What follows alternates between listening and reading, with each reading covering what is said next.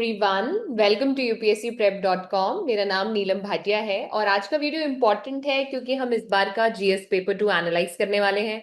Will be looking at the section on polity and constitution, governance and social justice. Now before I begin I want to tell you something, and that is इस paper को exam hall के बाहर देखना और exam hall में देखने में बहुत डिफरेंस है।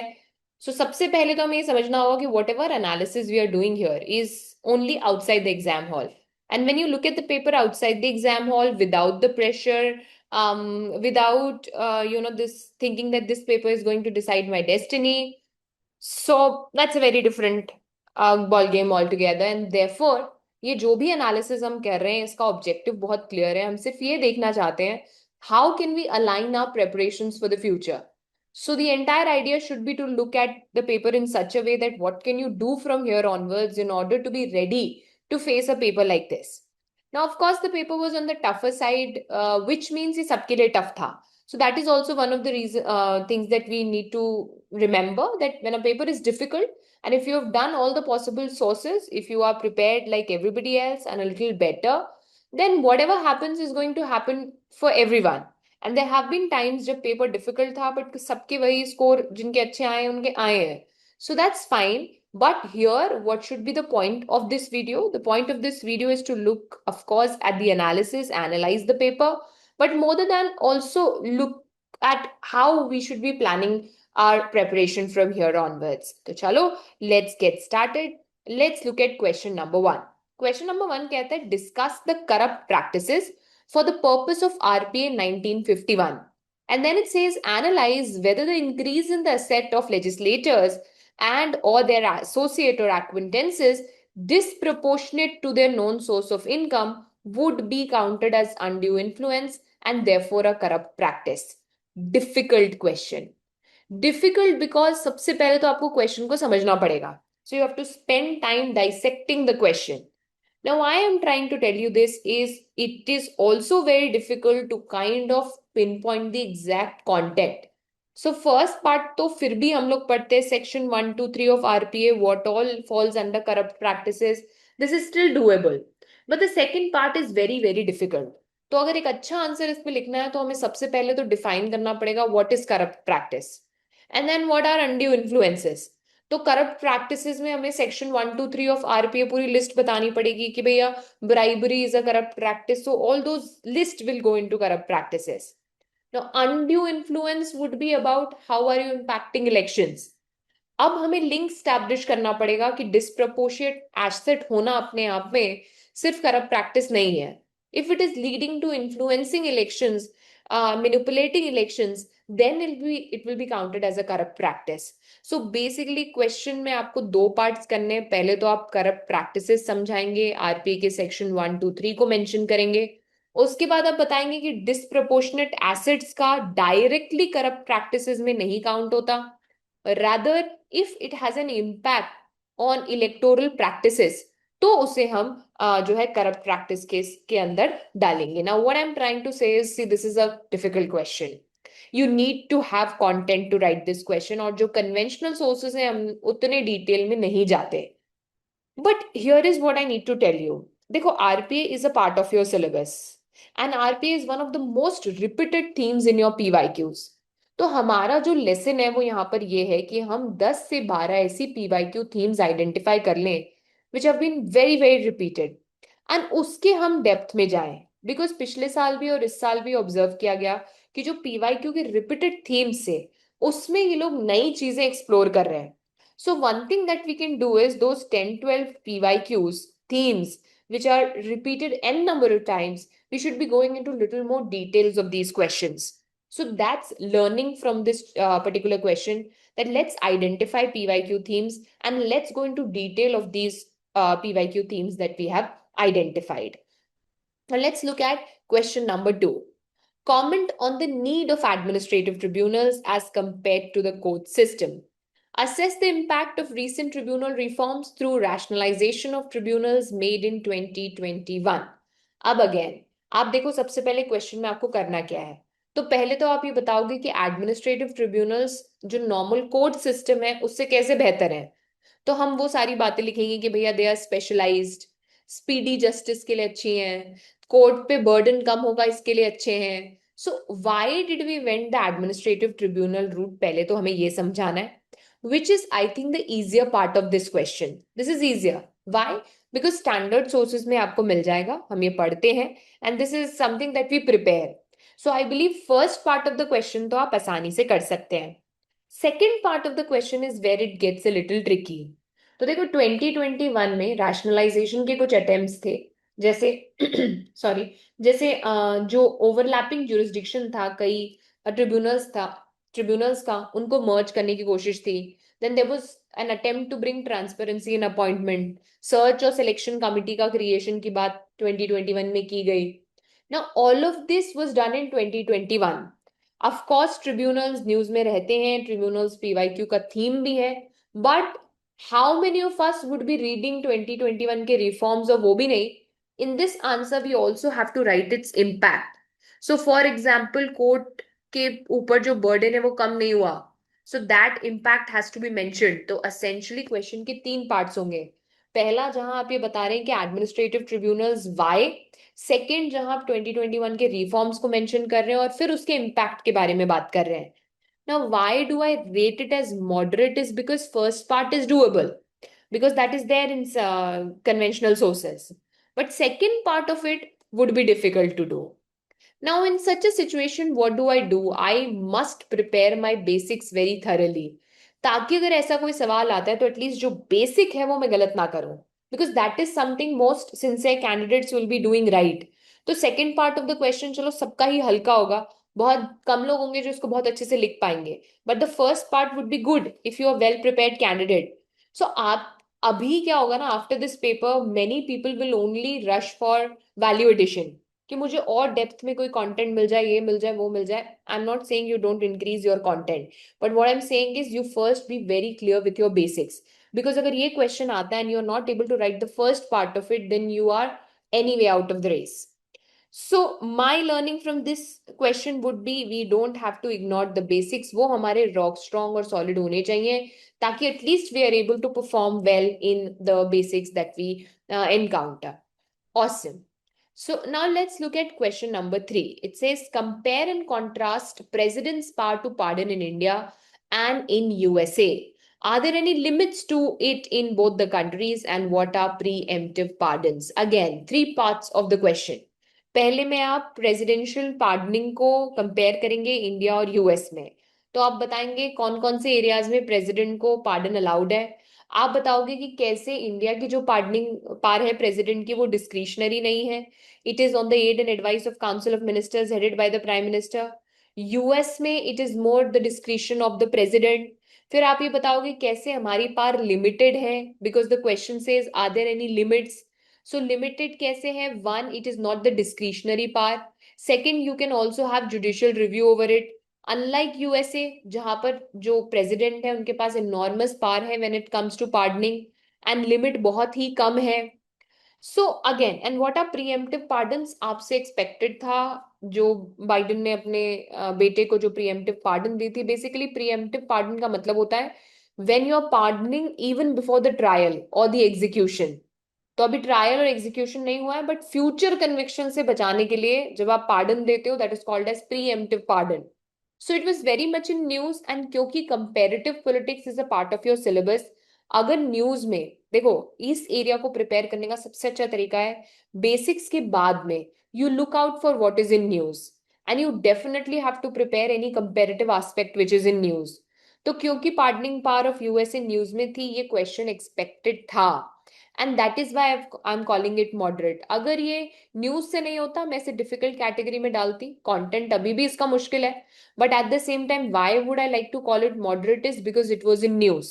तो अगेन, अगर आप सीरियसली प्रिपेयर कर रहे हैं तो आपसे एक्सपेक्टेड है कि इस तरीके की न्यूज आर्टिकल्स को, न्यूज को आप ट्रैप करें और प्रिपेयर करें.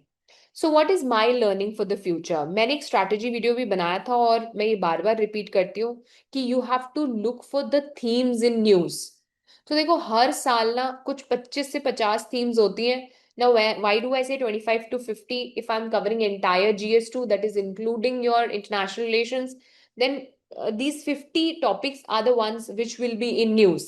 तो मुझे इनके वन पेजर रेडी कर लेने हैं. सो जब आप करंट अफेयर्स की तैयारी कर रहे होते हैं और कोई चीज बार बार न्यूज में आती है, for example repeated articles have been there on judicial accountability.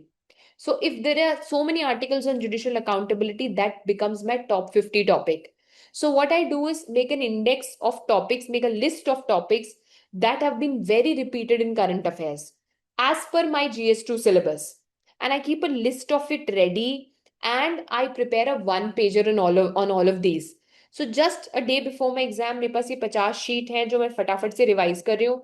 And there are huge chances that a lot of questions which are current heavy will come from these top 50 that I have highlighted. तो make it a practice. जब आप अपनी magazines पढ़ रहे हैं, जब आप newspaper पढ़ रहे हैं, कोई थीम है जो बार बार रिपीट हो रहा है, तो you have to keep a track on it and you have to make sure that you prepare it. So I'll rate it as moderate simply because it was in news. Now let's look at this question. Discuss the nature of Jammu and Kashmir Legislative Assembly after the Jammu and Kashmir Reorganization Act. Briefly describe the powers and functions of the Assembly of the UT of Jammu and Kashmir. So two parts of the question. सबसे पहले तो मुझे बताना पड़ेगा कि after reorganization, now that it's a union territory, what all power does it hold? And just like Delhi and Puducherry, what are the areas where Jammu and Kashmir Legislative Assembly can function? And what are the limitations? For example, police, law and order, that is still under center's control. तो एक part of the मेरा question ये हो जाएगा. Second part of the question में मुझे ये बताना पड़ेगा कि क्या क्या पार हैं. For example, approving budget. For example, being a representative. For example, we have a lieutenant governor also. सो यहां पर मुझे स्पेसिफिकली बताना पड़ेगा what are going to be the powers of Jammu and Kashmir legislative assembly. अब मैं इसको कौन सी कैटेगरी में डालूं? कंटेंट की बात करूं तो फिर भी ये हैवी क्वेश्चन ही है, बिकॉज डिटेल्स आपको पता होनी चाहिए, एग्जैक्ट पॉइंटर्स पता होने चाहिए. You can't cook any answer here. But why I rated is moderate is again it was in news. So आपसे एक्सपेक्टेड था इलेक्शंस की वजह से, जम्मू एंड कश्मीर के डेवलपमेंट्स की वजह से आपसे एक्सपेक्टेड था. इंपॉर्टेंट डेवलपमेंट है ये हमारी पॉलिटिकल सिनारियो में, तो आपको इसके बारे में पता होना चाहिए. Because it was in news, again I expect you to prepare this, and that is why I'll rate it as moderate. This does not mean कि आंसर लिखना आसान था, but why I call it moderate is because it was in news, it was expected कि आप इसको prepare करके जाएं. Again मेरी लर्निंग बहुत सिंपल है. मुझे लगता है वो अगर 50 जो इंटरलिंकेज वाले टॉपिक है जो करंट अफेयर में आ रहे हैं, मुझे उनका ट्रैक रखना चाहिए. एंड वो 51 पेजेस मुझे बनाकर रखने चाहिए फॉर रेडी रिविजन, क्योंकि ये मेरे लो हैंगिंग फ्रूट्स हैं. इतने डिफिकल्ट पेपर में अगर मुझे 4 फेमिलियर क्वेश्चंस मिल जाते हैं, तो then I will be able to invest time in questions जो मुझे समझने में दिक्कत आ रही है. आप देखेंगे इस पेपर में कई सारे ऐसे क्वेश्चंस हैं जिनको आपको 3-4 बार पढ़ना पड़ेगा. तो मैं जब उन्हें तीसरी चौथी बार पढ़ रही थी, मैं सोच रही थी I am teaching for 8 years 9 years now. तो देन जो बच्चा इसे एग्जाम हॉल में फेस कर रहा है, उस क्वेश्चन को समझने में उसको टाइम चाहिए. So the point that I'm trying to tell you here is, if you save on these questions, you invest in questions that are not as familiar to you otherwise. All right. Now let's look at this question. Perhaps a very few doable question from your GS paper too. The Attorney General of India plays a crucial role in guiding the legal framework of union government and ensuring sound governance through legal counsel. Discuss responsibilities, rights and limitations. मैं इसको doable कहूंगी. देखो simple reason है, they do ask constitutional bodies, और आपको prepare करके जानी है. और सीएजी पे क्वेश्चन पूछा था तो अटॉर्नी जनरल पे पूछ लिया. So constitutional bodies are important, and बहुत डायरेक्ट क्वेश्चन उन्होंने पूछा है कि भैया रिस्पॉन्सिबिलिटीज बताओ, राइट्स बताओ कि क्या वो असेंबली लोकसभा राज्यसभा की मीटिंग्स अटेंड कर सकते हैं क्या, एंड कोई लिमिटेशंस है क्या, उनके ऊपर वोट नहीं कर सकते. So the point is this is directly from your standard text book. Expected भी है क्योंकि कॉन्स्टिट्यूशनल बॉडी से क्वेश्चन पूछते हैं, तो मैं इसे डुएबल कैटेगरी में मानूंगी. आपके पास कंटेंट भी, आप लिख भी सकते हैं और आपने पढ़ा भी होना चाहिए. लेसन क्या है? कॉन्स्टिट्यूशनल बॉडीज प्रिपेयर करके जानी है. यूपीएससी साल दर साल इस पे सवाल पूछता है, कभी यूपीएससी पर, कभी इलेक्शन कमीशन पर, कभी कैग पर, और अभी अटॉर्नी जनरल पर. So I keep my basics very very strong with regards to constitutional bodies, ताकि ये जो मेरा लो हैंगिंग फ्रूट है उसको मैं जल्दी से खा पाऊं. So this for me is a doable question. Now let's look at this one. Women's social capital. Compliments in advancing empowerment and gender equity. अब जो लोग इसको इजी कह रहे हैं ना, उनको एक बात समझनी पड़ेगी कि बहुत सारे बच्चों को सोशल कैपिटल का मतलब नहीं पता है। So it's not that easy to know what social capital is. अगर मैं आपको बता देती हूँ अभी कि सोशल कैपिटल क्या है, तो इस आंसर को आप लिख पाते हैं, क्योंकि विमेन रिलेटेड स्कीम्स प्रोग्राम्स हम फिर भी पढ़ते हैं। But the problem is social capital अपने आप में एक टर्मिनोलॉजी है जो पीएसआईआर या पॉलिटिकल साइंस या सोशियोलॉजी के बच्चे फिर भी पढ़ते हैं। बट अदरवाइज इस टर्मिनोलॉजी को डिकोड करना अपने आप में चैलेंजिंग हो सकता है। तो बेसिकली देखो, सोशल कैपिटल क्या होती है? The kind of networks that you build, so the kind of relations that you build in community, और वो कैसे आपके एम्पावरमेंट में हेल्प कर रहे हैं। तो इस क्वेश्चन में आपको करना क्या था? आपको बताना था कि जो नेटवर्क औरतें बनाती हैं, चाहे वो सेल्फ हेल्प ग्रुप के थ्रू हो, महिला मंडल के थ्रू हो, सोशल मीडिया नेटवर्क्स के थ्रू हो, तो वो जो कम्युनिटी बिल्ड होती है उससे कैसे विमेन एम्पावरमेंट होता है, और कैसे it helps in seeking the goal of gender equality. तो फिर फंडिंग की हम बात करेंगे एसएचजी में, इमोशनल सपोर्ट की बात करेंगे, लीगल सपोर्ट की बात करेंगे, महिला मंडल का एग्जाम्पल लिखेंगे, सीएचजी का एग्जाम्पल लिखेंगे।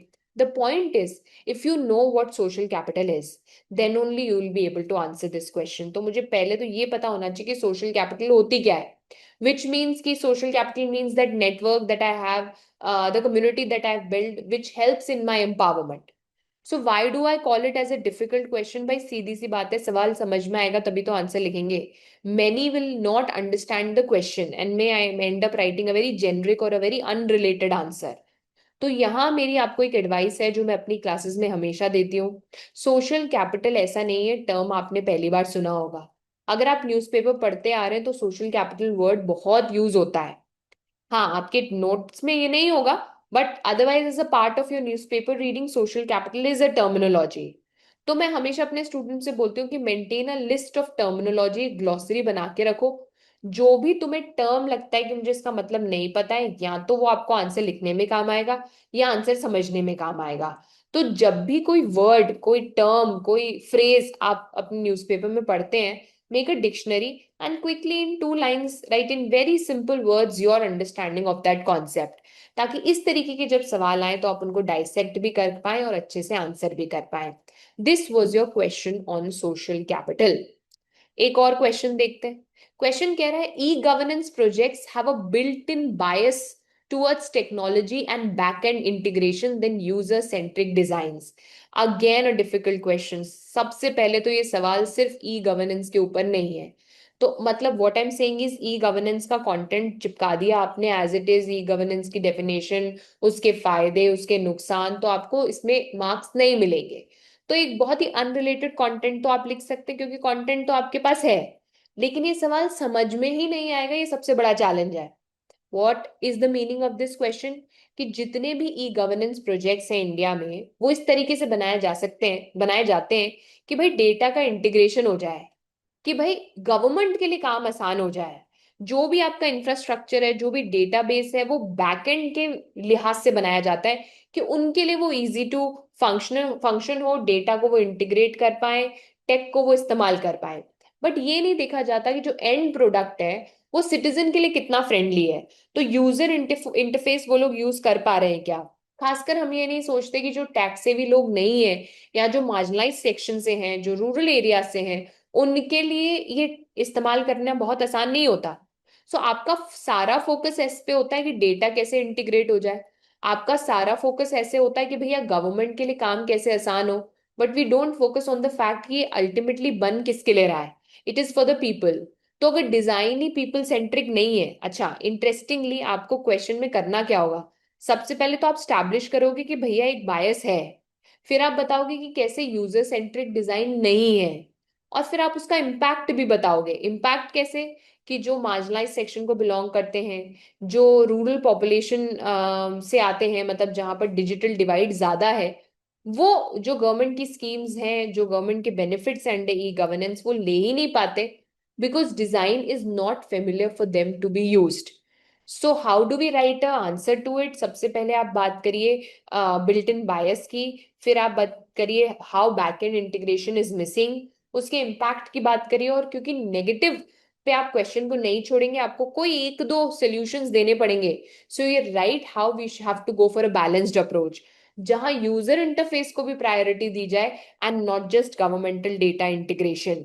Having said that, I call it as a difficult question because थोड़ा सा समय तो हमें समझने में ही लग जाएगा कि ये सवाल पूछना क्या चाह रहा है. That is going to be our challenge number one. अब यहाँ पर मेरा एक सजेशन है. अगर आप मेरे स्टूडेंट हैं तो आपने मुझसे पहले भी सुना होगा, जब आप अपनी आंसर राइटिंग प्रैक्टिस कर रहे हैं, give considerable time to question dissection. Sit with the question, break down the question, ask yourself ये क्वेश्चन क्या पूछ रहा था, क्या मेरा आंसर वही लिख रहा है जो ये सवाल पूछ रहा था. So it's very very important to dissect questions well. Imagine आपको आता है पर आप वो नहीं लिख रहे हैं जो क्वेश्चन की डिमांड है, and you'll not be getting the marks that you should be getting. So while you're practicing, make a conscious effort to dissect the question first. Maybe timer लगाओ 1 minute का और पहले देखो कि सवाल पूछ क्या रहा है, right? And over time you'll realize that you'll dissect the questions better than you were doing before this. All right, अब आप इस question को देखिए. Civil society organizations are often perceived as being anti-state actors than non-state actors. अभी if you look at it, it might seem like an easy question, right? But it is not that easy. दो reasons हैं. एक तो आपको content चाहिए और दूसरा I'm sure many of you will not even understand the demand of this question. And this is not to say that you can't, but I know while you're in the exam hall, dissection of this question will become very, very difficult. So क्या expectation है इस question में आपसे? देखिए, सबसे पहले you need to define what are civil society organizations. तो सबसे पहले you have to talk about how they are voluntary. You have to talk about how they are non-profit groups and what do they represent. So they are representing the interest of the citizens. Then you have to establish why they are not anti-state, rather they are non-state. So you have to provide information as to why they are perceived as being anti-state. यहाँ पर बहुत लोग गलती करेंगे. Many of you will not mention the reasons why they are perceived as anti-states. But if you look at the question, are often perceived as being anti-state, do you agree? So I have to present both sides of the story as to why are they perceived anti-states and why are they not anti-state and what should be the balanced way out. So इस क्वेश्चन में primarily पहले मुझे civil society organisation define करनी है, फिर दोनों side of the story बतानी है एंड दोनों के रीजंस देने हैं. So think of it like this. Why are they perceived anti-state? Why? Because they ask for accountability. They ask questions. They will challenge the policies made by the state. So because they challenge, because they seek accountability, because they're asking questions, they can be sometimes labeled as being anti-national, right? Because they might use some confrontational methods also. So you have to talk about how they may use PIL, how they may file petitions, how they may use agitations.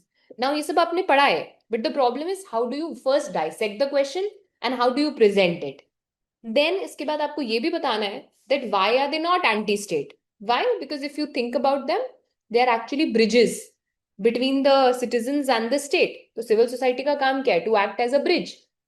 So if there are not enough welfare policy being made by the state, then they have to ensure कि state बना रही है. Also, they make sure that we are participating. So there's this aspect of participatory democracy because of civil society organizations. And then you have to give a conclusion also. Conclusion we have to write that they are not anti-state inherently. The idea is to ensure that whatever are the pain points should be addressed. So for example, you have to write how we have to make sure that auditing has to be done on time. We have to make sure that foreign contributions have to be regulated. But at the same time, they are indispensable in a democratic country to ensure that they are partners in the democratic process. So you have to write a positive conclusion, and I'll repeat it for you. You begin by defining civil society. You talk about why they are perceived to be anti-state. Then you have to write why they are not anti-state and then give a conclusion. Because if it says, do you agree? You have to present both sides of the coin here. Now, some of you might be thinking, ma'am, this is not difficult, but I still rate it as difficult because many of you might write anything in this answer, but that's not going to fetch you marks. What is going to fetch you marks is when you write what is required. So what do we learn from this question? I always tell my students whenever you're practicing answer writing, first you practice understanding the question. So we straight away jump to writing answers, and that's not a good approach. We should invest good time in understanding the demand of the question, and then it start coming to you organically. And then when you're stuck in a difficult question like this, your life gets a little less difficult. All right. So let's look at the next one. Okay, this is about constitutional morality. Question says constitutional morality is the fulcrum which acts as an essential check upon the high functionaries and citizens alike. Okay. In the view of the above observation of the Supreme Court, examine the concept of constitutional morality and its application, but in a specific context, in the context of judicial independence and judicial accountability. Now, should I call it a difficult question or should I call it as a moderate question? I was in a fix. Now, see, I'll not call it difficult for one simple reason. Constitutional morality is a often repeated topic. It has been asked a lot many times in exam, and you should prepare this topic thoroughly.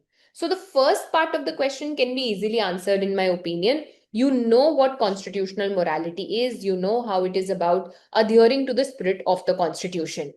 And you know Supreme Court's observation also in this regard. So that's not anything new. Now, even the concept of judicial accountability and independence were in news. We saw so many articles around it, debates around it. So all of this is familiar to you. That's one thing. Now, why I still call it moderate is because it needs to be written in a specific context. What makes it easy is because you should have prepared it. It was in news. It comes from a core concept. But what you need to do in this question is to align everything together. So what is required of you in this question is, सबसे पहले तो you explain what constitutional morality is. All right. But then you establish how it helps in maintaining balance between judicial independence and judicial accountability. So what should be the structure of your question? You first explain the core concept. You explain how it is important in a democracy. And then you talk about its application specifically in judiciary. So you have to talk about how it leads to judicial independence because judges are allowed to act in an impartial manner, right? Without any fear or favor. So that has to be one point. Then you have to also mention how it leads to judicial accountability. So directly answerability nahi hai, but as per constitutional morality, you are answerable for your actions. You're answerable to the constitution. You have to go by the constitutional principles or you have to follow code of conduct, right? So we have impeachment, we have the collegium system. All of this ensures what? That there is accountability. Also, there's process of impeachment as well. So what you have to do in this question is not only explain constitutional morality, but explain how it is connected to independence and accountability. So I should know what is constitutional morality. I should know what is judicial independence. I should know what is judicial accountability. And then only I'll be able to write this answer. And the conclusion also has to be very, very strategic that constitutional morality balances freedom with responsibility. So, judiciary has freedom, but judiciary also has responsibility. And we have to ensure that even when it is acting independently, it remains accountable. And what helps in the process is constitutional morality. You could have written it if you are good with your basics. So never compromise on your basics, please. Constitutional morality, judicial review, judicial restraint, judicial accountability, parliamentary system, presidential system. These are some topics that you prepare very nicely. And you should know these core concepts very, very nicely. That would be my learning from this question. Now, let's look at the next one. Indian Constitution has conferred the amending power on the ordinary legislative institutions. So, Parliament is a lawmaking body also, and it has constituent powers as well. With a few procedural hurdles, okay, in the view of this statement, examine the procedural and the substantive limitations on the amending power of the Parliament to change the Constitution. I would rate it as a doable question. If you are a sincere aspirant, you do read about amendment. You do read about Article 368. So basically, the question has two parts. First, you have to talk about the procedural limitations. So you have to talk about how you need special majority, how you also need ratification by half of the state if it's a federal matter. You have to talk about how there has to be a proper introduction. You have to go through discussion on the amendments in the parliament and then only it can be put to vote. So that is your procedural limitation. But that's only one part of your answer. The second part has to be substantive limitation. So here, my dear students, you have to also talk about the basic structure. So what do you mean by substantive constraints here? we mean what can be amended. So content based limitations क्या क्या है? So you talk about the Kesav Nanda Bharti judgment here. You talk about the basic structure. So what is basic structure? Talk about democracy, secularism, separation of power, federalism. I believe this is a doable question, and this gives us a message that you can't ignore your basics. People who would have prepared this answer nicely, this question correctly, and worked on it and answered it on time could have saved that time for difficult questions. So it works like that. And you should be very, very thorough with your basics. That's your learning. Now let's look at this question. Discuss the evolution of the collegium system in India. Critically examine the advantages and disadvantages of the system of appointment of judges of the Supreme Court of India and that of USA. Complexly framed but not very difficult. I'll rate it as a doable question because we prepare. It is there in your standard content. So of course the three judges case evolution, so you know we have talked about it a lot many times. So you talk about the collegium system, you start with first judge's case, second judge's case, third judge's case. You know the advantages and disadvantages also because in your comparative topic, we discuss this. We have an entire GS2 mein comparative wala aspect where we discuss this. So you talk about the idea how in India we have judicial independence, right? We don't have executive ka interferences, and also we have merit based appointments. Talk about that. What is the disadvantage? Transparency nahi hai. Sometimes there can be nepotism, there can be favoritism. US mein how is the system different? So the president nominates, right, the Supreme Court judges, and the Senate confirms. So they have a right balance between executive and legislative scrutiny, which is not there in India. So that makes their system much more transparent. They have some kind of a legitimacy involved. Problem kya hai? Sometimes it might be politicized, right? And it can hamper judicial neutrality, which is not a case in our country. So why am I saying this is doable is because this is there in your core content. And if you are a sincere aspirant, this is part of your basics. So you should be preparing that. And I think this can be written. What has to be written? You first begin by the simple evolution, talk about the three judges case. Then you talk about the advantages and disadvantages of the two system. And by the way, while you're doing it, you also have to briefly explain the process. Because see, the question says system of appointment. So you have to talk about how are judges appointed in India and in USA, and then talk about the advantages and disadvantages. I'll still rate it as doable, and my learning would be don't ignore the basics. All right, let's look at this question now. Examine the evolving pattern of center state financial relations in the context of planned development in India. A mix of actually GS3 and GS2 question this is, right? How far have the recent reforms impacted fiscal federalism in India? UPSC was in a mood to grill you right, left, and center. And that's why such, if you look at the nature of question paper, the sentences are also complex. Too many sentences mixed together to make it very complex if you think about it. Now the question, what is the question asking is context में आपसे क्या करने के लिए बोल रहे हैं? Basically, you have to give an evolution of financial relations. So you have to talk about pre-planning era. Then you have to talk about first to fifth plan. Then you have to talk about the 1991 reforms. Then you have to come down to Niti Aayog. And in between, you have to talk about the role of finance commission. तो भाई content heavy है बहुत. You should know exactly what happened during planning, then what happened 1991, then what happened with Niti Aayog. So content wise, you need to get sorted to be able to write the first part of your answer. But again, I believe if you are good with your GS3, prepared GS3 and GS2, it is doable. You can do it. What makes it, however, difficult is the second part, where they're asking you for reforms. So you have to talk about GST, you have to talk about FRBM, you have to talk about 15th Finance Commission. And यहीं पे नहीं रुक रहे हैं. They are asking you impact of it on fiscal federalism. So you have to talk about the impacts also. So you have to write कि GST से क्या हुआ? Tax regime unified हो गई. State का जो revenue है उस पर dependence बढ़ गया. States का on the center. और 14th Finance Commission, 15th Finance Commission से क्या हुआ? Devolution का percentage बढ़ गया. और इसका फेडरलिज्म पर इम्पैक्ट क्या हुआ कि भैया कोऑपरेटिव फेडरलिज्म की तरफ आगे बढ़े due to NITI Aayog. So we have cooperative federalism in fiscal domain also, but state became more dependent on the centre. with the coming of GST. So basically, what makes it difficult is not only you have to talk about evolution, then you also have to talk about the recent reforms, and then you also have to talk about its impact. Why am I not calling it difficult is because ये content आपके पास है. The challenge is how do you present it.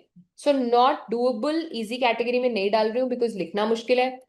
हाँ, difficult में नहीं डाल रही हूँ because content आपके पास है, मैं इसको कोर टॉपिक मानती हूँ. अगर आपने मल्टीपल रिविजन्स किए हैं तो आप इस आंसर को लिख सकते हैं. इसलिए मैं फिर बोलूंगी, instead of running for new material, please get good with your basics first. Because trust me, if you are not good with your basics, n number of content material will not help you, right? Because वो फिर किसी के लिए भी doable नहीं है. But ये अगर आप टॉपिक्स छोड़ रहे हैं तो you are missing out on making your paper better than others. Now let's look at this question. What are environmental pressure groups? Discuss their role in raising awareness, influencing policies, and advocating for environmental protection in India. Answer तो इन्होंने ही दे दिया. सिर्फ आपने तो यही बताना है कि environmental pressure groups क्या होते हैं. अगर आपको ऐसा लग रहा है और आपको लग रहा है ये easy question है तो not really. I'll tell you why.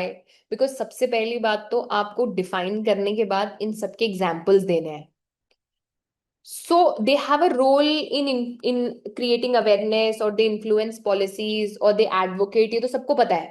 But how? So you have to give examples like Chipko movement. You have to talk about CSE. You have to talk about Greenpeace India. And then you have to talk about how Environmental Protection Act advocacy की वजह से आया. तो बोल रहे ना भाई इसकी वजह से एक्ट आ रहा है, इन्फ्लुएंस हो रही है पॉलिसी मेकिंग. या फिर भोपाल गैस ट्रेजेडी के बाद how we had the Forest Right Act. So, what acts, what policies came because of environmental pressure groups? Or what happened in, say, the CNG adoption case? How were public interest litigations helpful in case of Delhi pollution? So what I'm saying is there have to be two parts to this question. You first define what are environmental pressure groups, which you should be knowing. But the second part is you have to give examples of three. That is, one, how they lead to awareness, how they inform people, how they impact policies, and how they lead to advocacy. So the point is, how do you get so many examples? What makes this difficult is you have to quote specific examples. Otherwise, your answer is going to be very generic, which you would write. That's okay, because if you don't have examples, you'll end up writing a generic answer. But why I don't call it as a doable question is because you'll have to justify the 3 pointers. अब आप इसमें क्या करें ऐसे सवालों में जब आप फंस जाएं? पहली बात तो for all your pressure groups no, you have a standard framework ready. So you must know what are pressure groups. You must know how do they impact, what are the problems associated, and what can be the way forward. So always prepare impact in awareness, laws के domain में impact, and advocacy के domain में impact. And then have what are the problems associated, funds का, staffing का, litigation का, all those problems, and then a way forward. So I would call it as a moderate question. Learning ये है कि जब फंस जाओ तो use your existing knowledge from, say, you have read GS paper 3 में चिपको movement, you have read it in your society का topic, bring all of, or in your environment in your GS3, bring all of that together and write an answer and fit it into your existing framework. That's our learning from this question. Now let's look at this question. Okay, inequalities in the ownership pattern of resources is one of the major causes of poverty. Poverty देखते सबको लगेगा easy question है. Discuss the context of paradox of poverty. अब मैं बताती हूँ मैं इसको difficult क्यों बोल रही हूँ. Unless मुझे paradox of poverty पता है क्या होता है, मैं ये आंसर लिख ही नहीं सकती. और कितने लोगों को एग्जैक्टली पता है what is paradox of poverty? Now कुछ लोग इसको जीएस3 में एज रिसोर्स कर्स पढ़ते हैं, but what is exactly paradox of poverty? I am not sure how many of you know this. तो बेसिकली पैराडॉक्स ऑफ पॉवर्टी का मतलब ये होता है कि जब आपके पास इकोनॉमिक रिसोर्सेज तो हैं, अवेलेबिलिटी तो है, पर उसका डिस्ट्रीब्यूशन अच्छे से नहीं हो रहा है, बट वो इस तरह से इस्तेमाल नहीं हो रहे that it is converting into prosperity. Rather the resource rich regions are actually grappling under poverty. चलो मैं मान लेती हूँ आपको ये भी पता है, फिर भी इस क्वेश्चन को डाइसेक्ट करना भी डिफिकल्ट है. Because what they are asking you is to not only discuss it in the context of paradox of poverty, but also give causes of poverty. तो बेसिकली उन रीजन्स में जहां पर पैराडॉक्स ऑफ पॉवर्टी अप्लाई होता है, वहां पर inequality क्यों है, वहां पर पॉवर्टी क्यों है, उसके रीजंस भी आपको देने हैं. So you have to talk about unequal land distribution. You have to talk about how capital and education is not available to everyone. You have to talk about mining. You have to talk about wealth concentration. So you have to give reasons also. And that makes it a difficult question. And that's not it. यही तो reasons नहीं है. You have to also talk about corruption. It's not other side of the coin also. Because paradox of poverty is applicable. But this is why this is happening is also because we have corruption. Why this is happening is also because we don't have good social infrastructure for health, for education. So redistribution से सिर्फ काम नहीं चलेगा. We have to empower people. A good answer on this question has to be written like this. सबसे पहले तो आप ये बताएंगे पैराडॉक्स ऑफ पॉवर्टी क्या है, जो बहुत सारे बच्चों को नहीं पता होगा, which makes this question difficult. Then you have to talk about the causes. Then you have to talk about how these are not the only causes, and then write a conclusion. And that's why I will maintain my stand that this is a difficult question. अब मैं फिर कह रही हूँ, I highly recommend making a glossary. Take keep track of newspaper में आने वाले these terms, and by the end of your preparation if you have these 50-100 keywords, no, they help you two ways. Either there would be a question, or say there is no question on it, then you can use it in your answer writing. Any which way that will enrich your answers. So make it a habit of maintaining these glossaries with you, and I'm telling you these are going to be super helpful in the longer run. Now let's look at this question. In contemporary development models, decision making and problem solving responsibilities are not located close to the source of information and execution, defeating the objective of development. पहले तो भैया इसको समझो कि question क्या बोल रहा है. So basically this question is about development models to be top down or bottoms up. तो जिनको समस्या पता है वो प्लानिंग में पार्टिसिपेट नहीं कर रहे, और जिनको समस्या पता ही नहीं है वो प्लान कर रहे हैं. क्योंकि इनके पास इंफॉर्मेशन नहीं है, तो ये वो अचीव ही नहीं कर पा रहे जो ऑब्जेक्टिव होना चाहिए डेवलपमेंट का. Basically this question is about should there be centralisation of planning models और should there be decentralisation.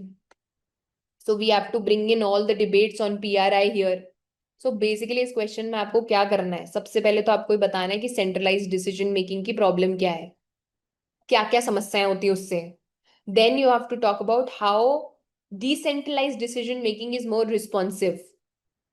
Then you have to give examples of PRI. Then you have to give example of community projects. So the problem is not that you don't have content. You know about PRI में बहुत पढ़कर आते हैं, decentralization, bottoms up, top down approach. How are they different? What are the benefits? What are the problems? But the problem is how do you understand this question? Because many of you would fail understanding this question only. So again, I repeat my point. I'll repeat it as many times as I would. When you say answer writing practice, it should include dissection of question as well. Otherwise, the exercise is not fruitful. Unless you're dissecting the question, I'm not happy with only you writing the questions without realizing what is the demand of the question. So while you're practicing for your answer writing sessions, give 10 minutes dedicatedly to understanding the demand of the question, and then gradually you learn it as and when we progress ahead. Look at this question.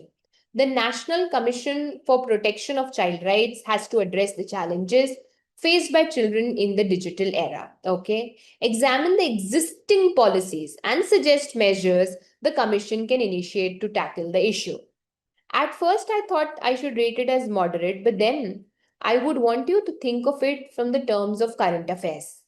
There were a lot of debates around how digital spaces are not safe for children. So we had seen so many social media platforms also coming up with certain limitations. Where does that come from? Again, from the idea that these digital spaces are not safe for children, and there are newfound dangers here, and there are newfound problems here. So the problem aspect of it was in news. That's one thing. The second point is, how would National Commission for Protection of Child Rights address this? This is also not very difficult because this is part of your syllabus and you should know the mandate of what National Commission for Protection of Child Right can do. So can it create awareness?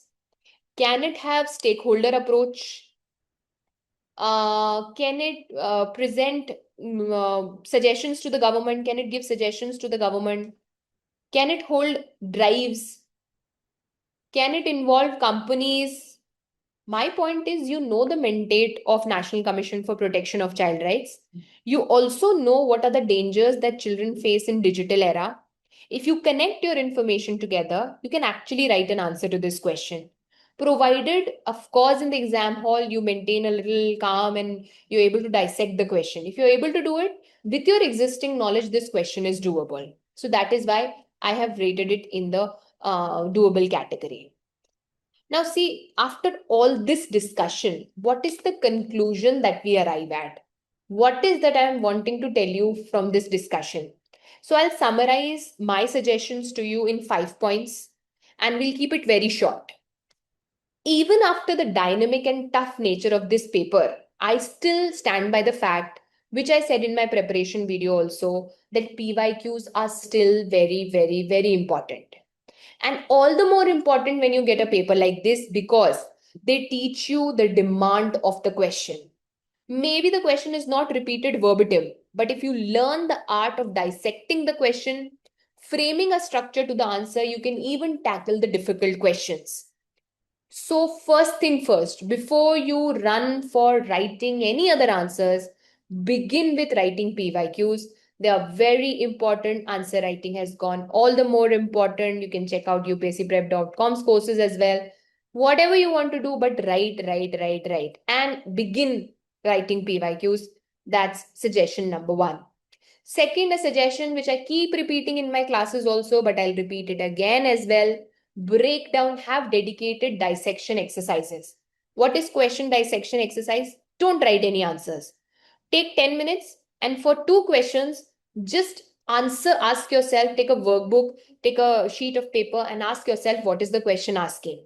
And then compare it with the model answer or the topper's answer booklet and see whether you've understood the demand of the question correctly or not. Dissection is as important as writing.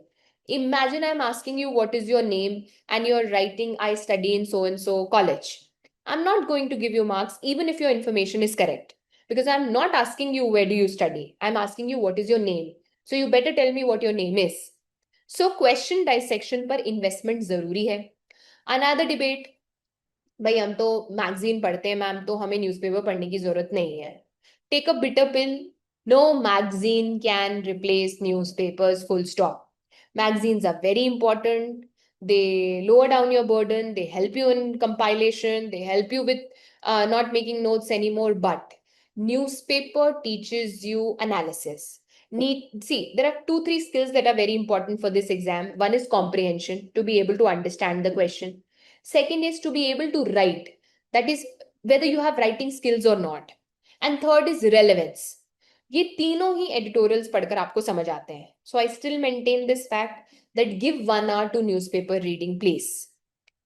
Next advice would be to make a keywords dictionary. The keywords, the key terminologies, as in when you read them, just note it down in your registers, a booklet, a diary, and revise them time to time. Next suggestion would be in lookout for hot topics, top topics. So for every section of your syllabus, you should be always alert as to if something is being talked about again and again, and criminalization of politics. That becomes your hot topic. Judicial accountability, that becomes your hot topic. Legitimacy of elections in India becomes your hot topic. So if it is something that is being discussed again and again and again, it becomes my hot topic. And by the end of my preparation, I should have a A4 size sheet ready for each of these topics, which I'm going to reproduce in my answers. So that's it for this video, my dear students. I hope the video was helpful to you. Prepare well, and I wish you all the best.